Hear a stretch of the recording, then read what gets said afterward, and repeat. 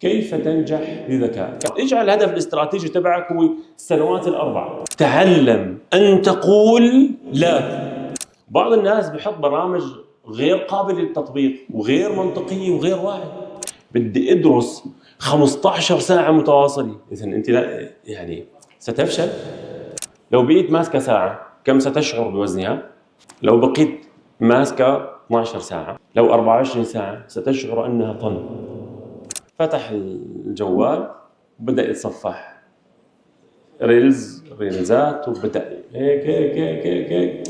وانت طالب إذا شديت على حالك قد تكون وفي الغالب ستكون بإذن الله تعالى رقما صعبا في تخصصك. كيف تنجح بذكاء؟ كان العنوان اللي أنا حبيت يعني أضعه إضاءات في طريق النجاح، لأنه حقيقة هي مجموعة نصائح، مجموعة توجيهات تتعلق في مسألة النجاح وتتعلق أيضا في كيف تدرس وماذا عن الامتحان. فكان العنوان ربما يكون أشمل، لأن الأخوة أحبوا أن تكون العنوان أكثر تخصصا وأكثر جاذبية، فسموه كيف تنجح بذكاء. لابد أن أحرر مفهوم النجاح حتى نعرف أن نحن الآن بأي مربع عم نشتغل. النجاح، هل هو النجاح هو أن تحرز الدرجة الكاملة في مادة معينة؟ هل هذا هو النجاح؟ نقول لا، هذا مؤشر وهذا مسار ودرجة من درجات النجاح، الوصول إلى الهدف. فقد تجد شخصا علاماته 100% لكن حقيقة ما نناجح بتخصصه، إذن هو لم يصل للنجاح. نحن الآن بنحكي عن النجاح في الامتحان، كيف تتعامل مع الامتحان، كيف تتعامل مع المقرر، كيف تتعامل مع الكتاب، كيف تدرس، ما هي البيئة اللي أنت ممكن تدرس فيها. يعني سندخل في كثير من التفاصيل التي تعطيك أرضية صحيحة للدرس. فإذا أتقنت العلم وأتقنت الدراسة وأتقنت كيف تدرس، هل هذا كافي في النجاح؟ لا، ليس بكاف بالنجاح، لأنك قد تتعلم الدراسة وقد تدرس بشكل جيد إلا أنك ضعيف ولا تستطيع التعامل مع الامتحان.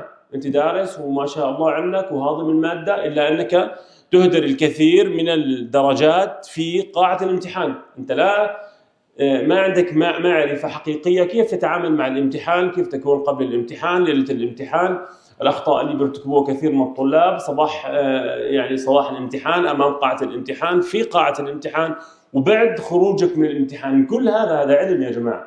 نحن نتحدث الآن عن علم تجريبي، لا نتحدث عن علم ديني قرآني أنه نزل بالقرآن الكريم، إنما هو علم تجريبي من كثرة التجارب التي أجريت على طريقة ما، فأصبح الحكم الغالب لها أن هذه الطريقة نافعة في جملتها مع معظم الطلاب، لأنه ممكن يكون بعض الطلاب الحقيقة ممكن يكون ما تتناسب مع هذه الطريقة. نتحدث عن الغالب الآن، نتحدث عن الغالب.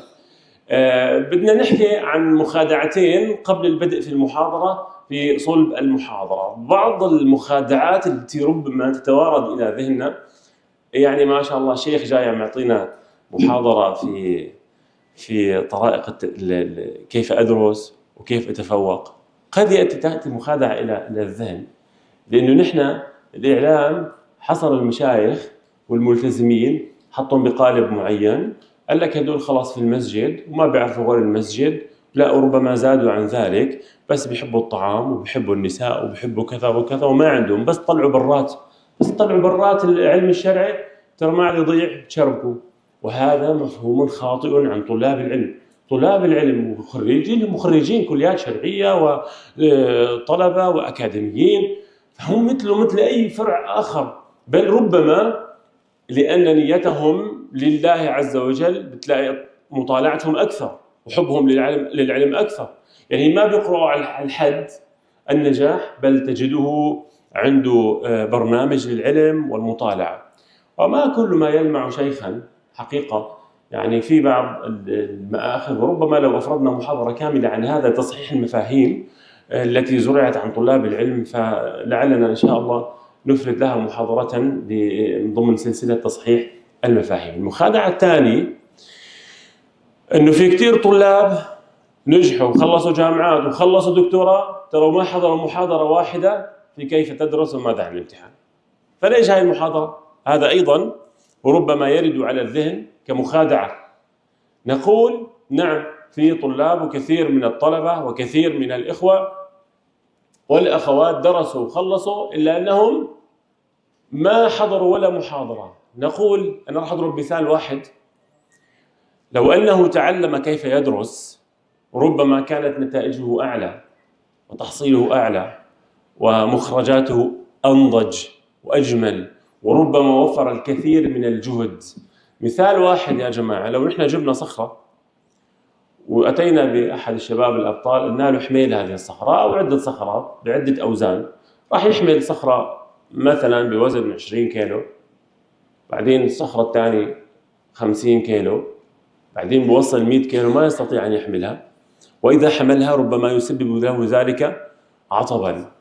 طب نحن لو دربناه كيف يحمل الأثقال ثم جهزنا له الأثقال بطريقة تحمل بطريقة حمل سهلة، مثل لما نشوف بالجيمات والشباب بيروحوا على الجيمات وهيك بتلاقي الأثقال هي مش مصنوعة بشكل أنك أنت تاخذها وتحملها بشكل سهل. أكيد نفسه اللي استطاع أن يحمل فقط أو لم يستطع إلا يحمل 50 كيلو سيستطيع أن يحمل 100 كيلو بسهولة ويسر. وكذلك الأمر لما تتعلم كيف تتعامل مع الكتاب، كيف تتعامل مع المعلومة وتفهم آلية ويعني طريقة إجراءات الامتحان، ستعبر الامتحان بجهد أقل وإنتاجية أعلى، وأنا واثق من ذلك، أنا واثق من ذلك. الآن أنا بتمنى من الأخوة يأخذوا ورقة وقلم حتى يكتبوا بعض الملاحظات أو القواعد، لأنه عموما سأتحدث في قواعد فلعلها تنفع، لأنه العلم صيد يا جماعة وقيده الكتابة. ما معقول إحنا نصيد صيد ونتركه هكذا يعني من دون ما نسجله وندونه. فدائما طالب العلم، وأقول طالب العلم لا أتحدث عن طالب العلم الشرعي، أتحدث عن أي طالب علم. أنت في كلية الهندسة وأنت في كلية الآداب، أنت طالب علم، إذا حررت نيتك وصححت نيتك أنت تطلب العلم. فهذا أنا خطابي الآن لما أقول طالب علم، لا أتحدث عن العلم الشرعي. فلا بد أن يكون دائما عندك كراسة وتسجل فيها يعني ما أعجبك من معلومات، ما أعجبك من قاعدة، لأنك سترجع إليها وستستفيد منها بإذن الله تعالى. النقطة الأولى، لابد أن يكون عندي إرادة النجاح. إذا ما كان عندي إرادة نجاح، ترى والله 20 محاضرة ما بنجحوني. لابد أن تكون عندي إرادة النجاح، أنا أمتلك إرادة وأريد حقيقة أن أنجح. كيف أشخص أنه أنا إرادتي للنجاح طبيعية صحية أو أنها غير صحية؟ بدك تشوف كم بيستحوذ من أنت الآن في فرع معين، كم بيستحوذ من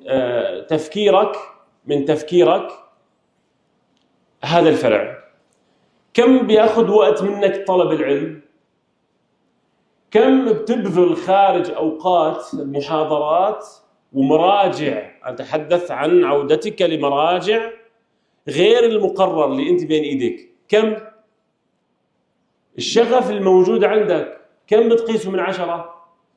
ولا بس بتروح وقت الامتحانات بتقدم امتحانات قبل بأسبوعين 3 قرأنا وخلصنا وجبنا ما شاء الله علامة معينة ومشينا؟ فأنت هون بتقدر تقيس إرادتك. هل عندك إرادة جيدة وكافية للنجاح؟ ترى إذا ما عندي إرادة إني أروح بمحل معين ما بروح بمكاني. لو قد ما يعني حطوا لي سيارات وحطوا لي مغريات ترى ما راح أتحرك. فإذا لابد أن يكون عندي إرادة للنجاح. كيف أرفع؟ كيف أشكل رافعة حقيقية للإرادة؟ أقول أولا النية، أن تجعل نيتك لله عز وجل خالصة لله، أنه أنا الآن سأسهر لأن الله أمرني أن أكون فاعلا في الأرض، أن أكون مؤثرا في الأرض، أن أكون مميزا. الله عز وجل أمرني بذلك. أن تعرف قيمة نفسك، أنك تعرف أنت قيمة نفسك، بعض الناس طلاب بيجوا يعني هو زاهد بنفسه، وهو أنا طالب في كلية في زاوية معينة، معذرة شباب الزوايا يعني في الزوايا خبايا يعني، ويجلس ما يهتم، بفوت على المحاضرة وبيطلع وأنا طالب عادي.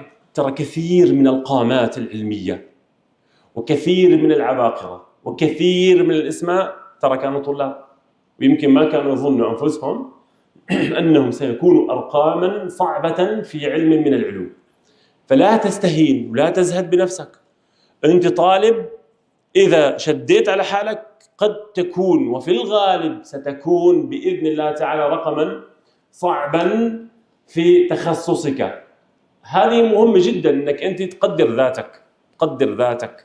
مو أنا طالب يعني ماشي الحال، ويمكن أنا خلاص الجامعة تعباني، الجامعة محاضرات، المقررات، طريقة التعليم، طريقة المناهج تحتاج إلى مراجعة. لا، أنت اشتغل اللي عليك وحس نفسك أنك أنت تستطيع وأنك تقدر، أنك فوق أنت. برجع بحرر مفهوم. نحن الآن نتكلم عن الامتحان، طريقة الدراسة التي تجعلني أعبر الامتحان. أنا لا أتحدث عن عادات دراسية يجب أن تكون ملاصقة لك. لو أنا مثلا محاضرتي في أول الفصل، أكيد أنا سأتحدث بأمر آخر بطريقة أخرى. أنا أتحدث الآن في مربع إطفاء الحرائق، وهذا سآتي عليه في إدارة المهام.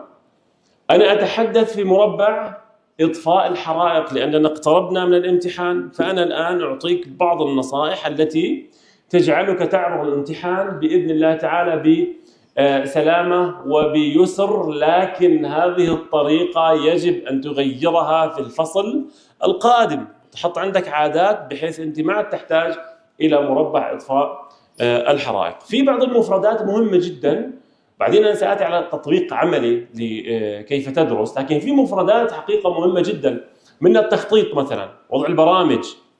تخطيط مهم جدا. التخطيط لابد أن يكون عندك هدف. ما هو هذا الهدف؟ لابد أن يكون عندك هدف. لك أن تتخيل مثلا مباراة فريقين عم يلعبوا وما في أهداف، شل المرمى حطي لهم. طب شو هاي اللعبة؟ وين بدي يسجلوا؟ وين بدي يحطوا؟ لماذا يلعبون؟ طب سباق بدايته معروفة لكن ما له خط نهاية.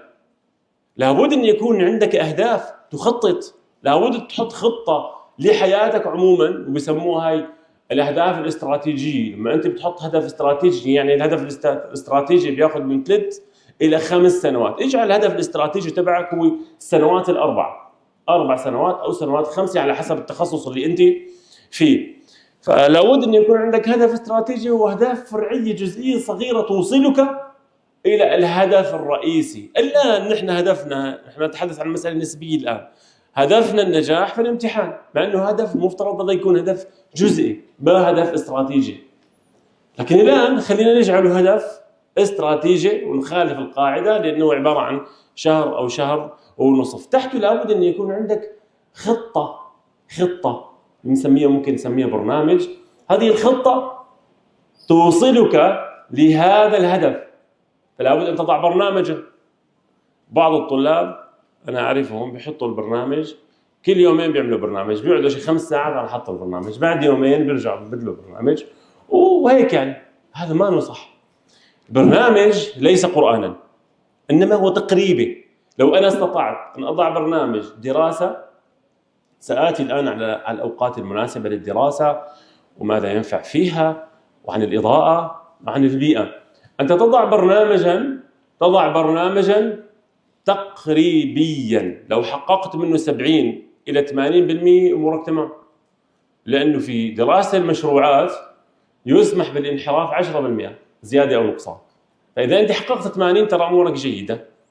فضع برنامج واعتمد عليه. مما يفيد في هذا الأمر، طبعا أنا عندي مواد نزل جدولي الامتحان، ماذا أفعل؟ كيف أبدأ بأي مادة؟ طبعا هون بنرجع نحن نتحدث الآن، يعني كمان هذا يثار. طب نحن كلية علمية، يعني نحن نفسنا الكليات الأدبية النظرية في أشياء تتقاطع بنسبة 70%. أنا أتحدث الآن عن التقاطعات، وربما أحكي شوي عن المنفردات. فأنت تضع مثلا عندك برنامج، المادة الأولى في الامتحان متى تدرسها؟ متى تحطها بالبرنامج؟ عندنا برنامج مواد وعندنا برنامج أوقات.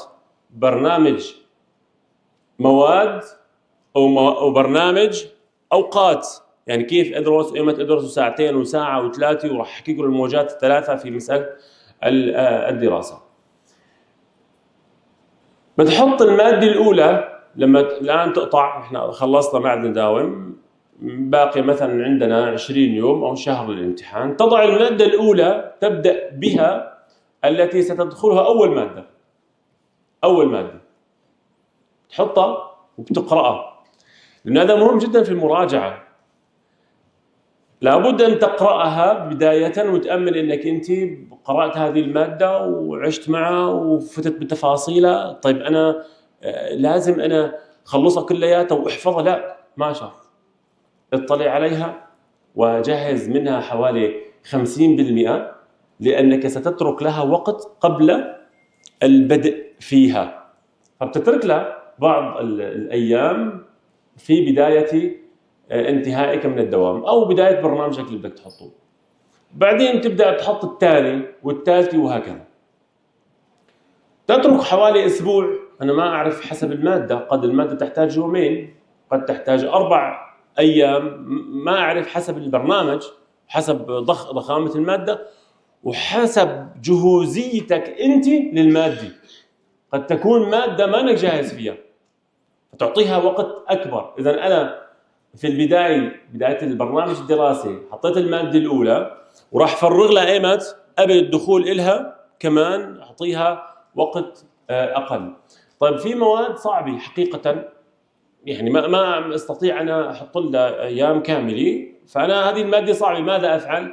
أحاول أن أجزئها على البرنامج، بتركها كل يوم إلى مثلا ساعتين أو ساعة، بحيث أتركها تمشي معي بشكل مستمر. يعني لو جلست يومين أو 3 لا أستطيع. بعض المواد تحتاج إلى وقت حتى تتحلل، وحتى نحن يصير عندنا تفكيك وتركيب بالدماغ، فتحتاج إلى شيء من الوقت. على سبيل المثال لو إنسان ضعيف باللغة الإنجليزية، ما معه يقعد يومين يحفظ مادة اللغة الإنجليزية، هذا غير مقبول. لكن لو وضع لها أجزاء يومية، وقت مخصص، ودائما هو عم يحفظ ويراجع، سيصل إلى المادة يكون محصل وضع جيد كثير منها. اكتب برنامجك ولزقه على الحيط، جدارك، على المكتبي، بمكان. ترى اكتب البرنامج أو الجدول، الأيام. حط مثلا معكوس، تبدأ أنا عندي 20 يوم للامتحان، بكتب 1 2 3 4 5، وتحط الأيام، ثم تضع المواد ترقمها ترقيما ثانيا. البرنامج اليومي الاعتيادي اللي أنا كيف بدي أدرس. بعض الناس بحط برامج غير قابل للتطبيق وغير منطقية وغير واعي. أنا خلال اليومين بدي أخلص مثلا مادة معينة، وهي ما بدها أكثر من يومين. إذا أنت غير منطقي، ستصاب بالإحباط.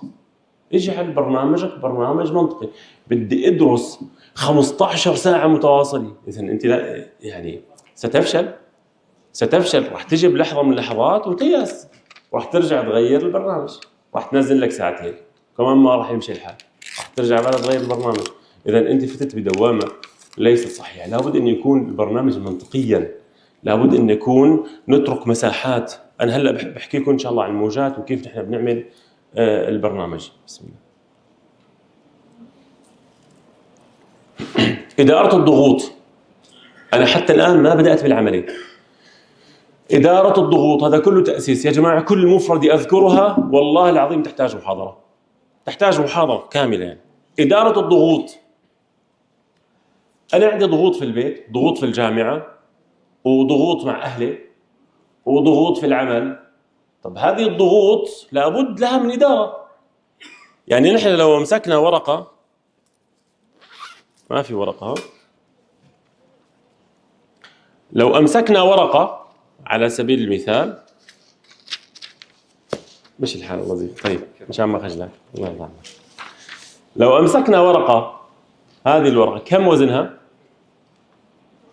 يمكن على حسب العضلات، يعني ما تشعر فيها. طب لو بقيت تمسك هذه الورقة صغيرة يقابلها ضغوطات صغيرة في الحياة. لو بقيت ماسكة ساعة كم ستشعر بوزنها؟ لو بقيت ماسكة 12 ساعة هيك، لو 24 ساعة ستشعر أنها طن كامل. طب لو حطيتها إدارة الضغوط تماما، في ضغوط لازم نخلصها، ما تبقى هذه الضغوط تحمل معنى، هي أشياء صغيرة أقفلها، أقفل وامشي.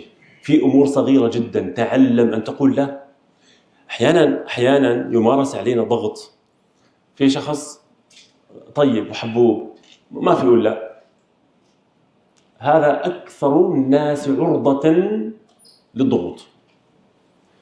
تعلم أن تقول لا. بدنا منكم هاي الخدمة، بدنا درس وأنا مشغول، لا أنا أعتذر.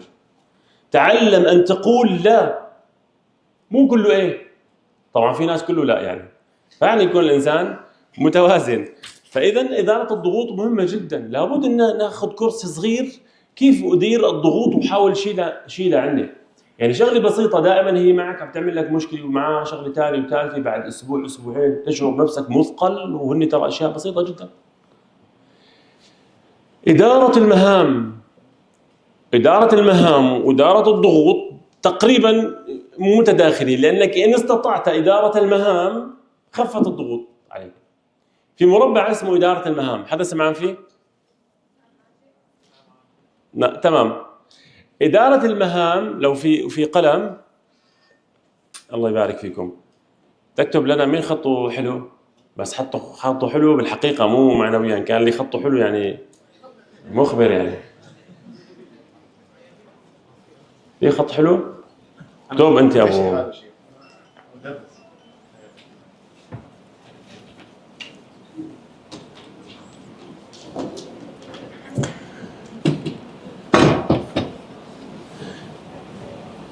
إذا وقعت أنا ما لي عليه أثر.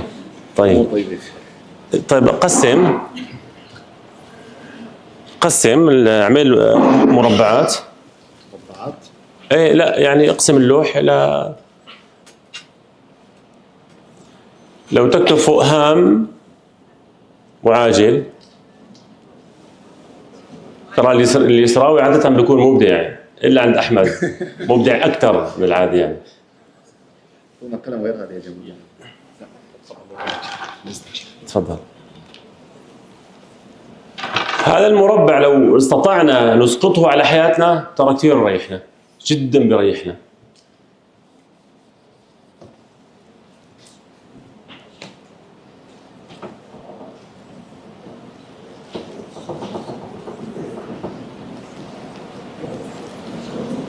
يمكن بدي بطل الغي من باب اداره الضغوط، الغي الفقره كامله. لا شيء هذا جايبينه جديد هني داعمينك جايبين جديد. ايه هاي هام وعاجل. هاي هام وعاجل. هام غير عاجل.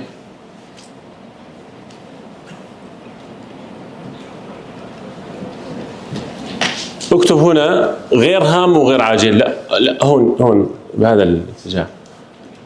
شو بقي عندنا؟ عندنا هام وعاجل، وهام وغير عاجل. غير عاجل، طيب عاجل وغير هام.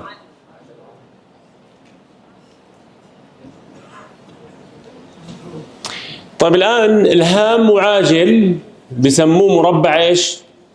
اطفاء الحرائق.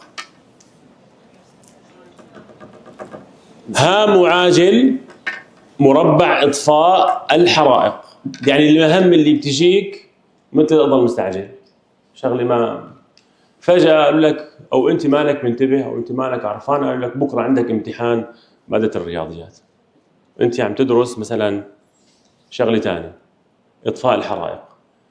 هذه كيف اتعامل معها؟ هذه انفذ مباشره وبنفسي، انا بنزل وبنفذ هذه المهمه، لانه اذا بدك تتركها وتفوض ما راح تلحق، فلا بد ان تنزل فيها مباشره وتنفذها بايش؟ بنفسك، هذه طارئ، هذه طوارئ بتجي. هذا المربع اذا بقيت انت عايش فيه اذا انت عايش بضغوط دائمه. هذا المربع لازم ينتهي، لانه يعني لازم انت بحياتك تخطط، ما فيك تترك هذا الامر. طيب هام لكنه غير عاجل، يعني مثلا انت بهمك تكون عندك مهارات، مثلا تعامل مع الوورد، مع الاكسل، برامج الاوفيس. هذا مهم ولا ما مهم في زماننا هذا؟ مهم، لكن هو عاجل؟ ما عاجل، لكن هو مهم. هذا تخطط له، بتحط له خطة، لأنه دائما مع الوقت إذا أنت قدرت تخطط حياتك لابد تنتقل إلى هذا المربع، تكون دائما شغلك 90% وين؟ بهذا المربع. تخطط، تقول أنا بالصيف أو بالعطلة الانتصافية لابد أن أخضع للدورة، وبتخطط له وبتسجل وتبدأ فيها.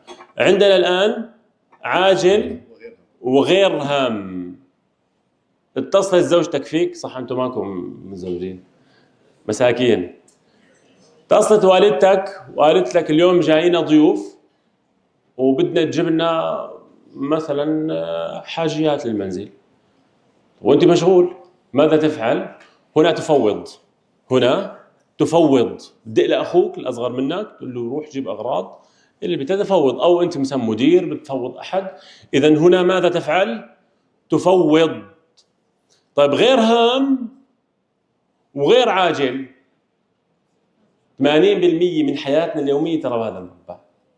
فتح الجوال وبدا يتصفح ريلزات، وبدا هيك هيك هيك هيك هيك، راح ساعه وساعتين. وهذا بصير مع الطلاب، بس خليني اروح عن نفسي، وبيهرب منه بيفتح، تروح ساعه وساعتين وثلاثه، يلا انضرب برنامج اليوم، راح ابدا من بكره الصبح.